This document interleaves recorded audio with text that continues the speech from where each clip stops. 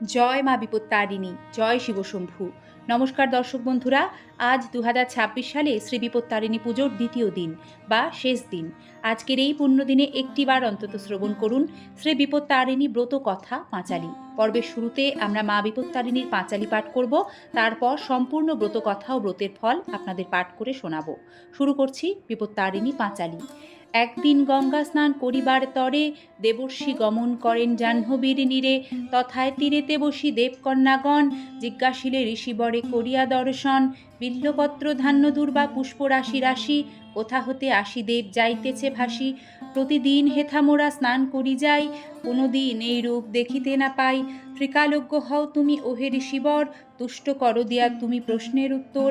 নারদ বলেন সবে শুনো মন দিয়া, বলিতেছি সব আমি বিস্তার করিয়া। সৃষ্টি স্থিতি লয় হয় কটাক্ষেতে যাঁর, তাহার স্বরূপ বর্ণনে শক্তি আছে কার।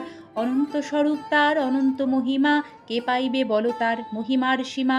ভিন্ন ভিন্ন রূপ ভিন্ন পূজার বিধান, ভিন্ন ভিন্ন রূপ দিয়া করে ভক্তে ত্রাণ। দুই তিন লীলা তার করিব বর্ণন, মন দিয়া সবে তাহা করহ শ্রবণ। দুর্গারূপে যেইভাবে সুরথ রাজায়, রক্ষা দেবী করে এবে বর্ণ আমি তাই। পরম ধার্মিক রাজা সুরথ রাজন, চন্দ্রবংশে জন্ম তিনি করেন ধারণ। শত্রুগণ তার রাজ্য করিল হরণ, গোপনে করেন তিনি অরণ্যে গমন। তথায় বেধসমুনি তারে মন্ত্র দিল, দুর্গারূপ ধ্যান করি দেবীকে তুষিল। তুষ্ট হয়ে নৃপতিকে দিলা দেবী বর, বর পেয়ে রাজা অতি প্রফুল্ল অন্তর। নিজ শত্রুগণে করি সমূলে সংহার, নষ্ট রাজ্য পাইলেন তিনি পুনর্বার। মঙ্গলচণ্ডিকার রূপ করিয়া ধারণ, যে লীলা করিলা দেবী শুনহ এখন। সদাগর ছিল এক নাম ধনপতি, লহনা খুল্লনা তার দুইটি যুবতী। খুল্লনার প্রতি স্বামী ছিল প্রতিকূল, স্বামীর ভয়েতে ধনী সর্বদা ব্যাকুল। মঙ্গলচণ্ডিকা দেবী করি আরাধন, স্বামীকে আপন বশে করে আনয়ন। তৎপর বাণিজ্যে যাত্রা করে সদাগর, খুল্লনাকে বলে তথা আসিতে সত্বর। দেবীর পূজায় ছিল খুল্লনা তখন, আসিতে পারিল না সে তরা সে কারণ। সদাগর যে তথা বিলম্ব দেখিয়া, ভাঙিল দেবীর ঘট ক্রোধে দণ্ড দিয়া। বাণিজ্যে যাইয়া কষ্ট বিস্তর পাইল, খুল্লনার পুণ্য ফলে প্রাণীতে বাঁচিল। হেথায় খুল্লনালয়ে ভাঙা ঘট শিরে, দেবীর নিকট ক্ষমা চাহে সকাতরে। বহু বর্ষ সদাগর আসিল না দেশ, খুল্লনা দেবীর পূজা করি সবিশেষ। শ্রীমন্ত বালক পুত্রে নৌকা আরোহণে, পাঠাইয়া দিল স্বীয় পিতৃ অন্বেষণে। সেও বহুতর কষ্ট বিদেশে পাইয়া, জননী পুণ্যে ফিরে পিতাকে পাইয়া। দেবীর চরিত্র অন্য করিব ব্যাখ্যান, শ্রবণ করহ তাহা সবে দিয়া কান। বৃন্দাবনে কাত্যায়নী রূপে তার স্থিতি, পুণ্যাত্মা হয় পুঁজি ব্রজের যুবতী। কৃষ্ণ যাতে পতি হন এ কামনা করি, কাত্যায়নী ব্রত করে ব্রজের কুমারী। 1 মাস যমুনায় করে প্রাতঃস্নান, তীরে উঠে দেবী মূর্তি করিয়া নির্মাণ। অগরু চন্দনাদি সুগন্ধি সকল, বিবিধ প্রকার মিষ্ট নানাবিধ ফল। দেবীর পূজায় সব করিয়া অর্পণ, দেবীর ধ্যানে সবে হয় নিমগন। তারপর হবিষান্ন করিয়া সকলে, রাত্রিতে শয়ন করি থাকোয় ভূতলে। এরূপ কঠিন ব্রত করে 1 মাস, তাহাতে সম্পূর্ণ হয় সকলের আশ। সবাকারে বর দিল শ্রীনন্দন, অচিরে সবার হবে বাসনা পূরণ। এইরূপ নানা স্থানে ধরিরূপ নানা, পূর্ণ করে মহাদেবী ভক্তের বাসনা। দেবর্ষি বলেন শুনো দেবকন্যাগণ, হইল দেবীর 3 লীলা বর্ণন। তাহার অনন্ত লীলা অনন্ত মহিমা, অনন্ত বলিয়া যার না পাইল সীমা। বিপদ তারিণী ব্রত হয় যে প্রকার, এখন বর্ণিব সেই লীলা চমৎকার। একদিন নানা স্থানে করিয়া ভ্রমণ, উপনীত হইলাম কৈলাস ভুবন। দেখিলাম হরগৌরী বসিয়া আকাশন, নানাবিধ তত্ত্বকথা করে আলাপন।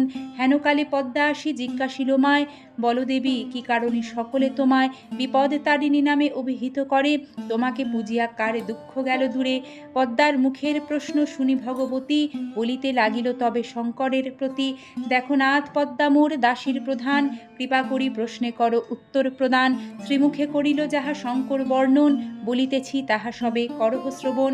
আষাঢ়ের শুক্লপক্ষে দ্বিতীয়ার পরে, শনি বা মঙ্গলবার যেই দিন পড়ে, সেই দিন অতিশয় হয়ে সাবধান, যথাবিধি দেবী পূজা করো সমাধান। পূর্বদিনে হবিষান্ন করি যথারীতি, পরদিন শুদ্ধভাবে ব্রতে হবে ব্রতী। সফল পল্লব দিয়া ঘটের উপর, সংকল্প করিয়া ঘট স্থাপতার পর। বিবিধ নৈবেদ্য ফল বিবিধ প্রকার, তণ্ডুল নির্মিত রম্য পিষ্টকা দিয়ার। অখণ্ডিত গুয়া পান আর তাতে ধরি, প্রতিদ্রব্য সাজাইবে 13 করি। এইভাবে দ্রব্য সব করি আয়োজন, বিপত্তারিণী মায় করি নিবেদন। অনন্তর যত্নে বিপ্রে করায় ভোজন, উপবিত সহকর দক্ষিণা অর্পণ। ভক্তি ভাবে এই ব্রত করে যে রমণী, সদা রক্ষা করে তারে, বিপদে তারিণী, পুত্রবতী হয়ে সে সুখে কাটে কাল, কখনো ভোগে না কোনো আপদে জঞ্জাল। ভক্তি মনে এই ব্রত যে করে পালন, তাহার বিপদ নাহি হয় কদাচন। ইহলোকে নানাবিধ সুখ ভোগ করি, অন্তিমে বিষ্ণু লোকে যায় রথে চড়ি। এবার শ্রবণ করুন শ্রী বিপত্তারিণী ব্রত কথা। পুরাকালে নারদ ঋষি বেড়াতে বেড়াতে একদিন কৈলাসে গিয়ে উপস্থিত হলেন।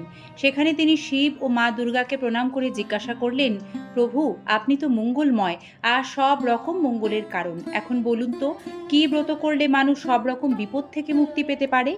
নারদ ঋষির কথা শুনে মহাদেব বললেন, যে স্ত্রীলোক বিপত্তারিণীর ব্রত করে সে সব রকম বিপদ থেকে উদ্ধার পায়। নারদ জিজ্ঞাসা করলেন, পূর্বে কেই ব্রত করেছিলেন, তার নিয়ম কি এবং ফল কি? অনুগ্রহ করে আমাকে বলুন। নারদের এই কথা শুনে মহাদেব বললেন, পুরাকালে বিদর্ভ রাজ্যে এক সত্যনিষ্ঠ রাজা ছিলেন। তার স্ত্রীও ছিল নানা গুণে সম্পন্ন। ঘটনাচক্রে একদিন এক চামারের বউয়ের সাথে রানীর পরিচয় হলো। লুকিয়ে লুকিয়ে তারা অনেক জিনিসপত্র নিজেদের মধ্যে দেওয়া নেওয়া করতে লাগলো। একদিন দুজনের নানা কথাবার্তা বলার মাঝখানে রানী বললেন, কখনো গোমাংস আমি দেখিনি, তুমি একটু গোমাংস আমাকে লুকিয়ে এনে দিতে পারো? এরপরে রানীর কথা মতো সেই চামার বউ একদিন একটু গোমাংস বেশ ঢেকে ঢুকে এনে রানীকে দিয়ে গেল। রানীও সেটা নিজের ঘরে লুকিয়ে রাখলেন। ক্রমে কথাটা রাজার কানে গিয়ে উঠল এবং রাজা খুবই রেগে গেলেন। পরক্ষণেই তিনি অন্তঃপুরে গিয়ে রানীকে বললেন, তোমার ঘরে তুমি কি লুকিয়ে রেখেছ?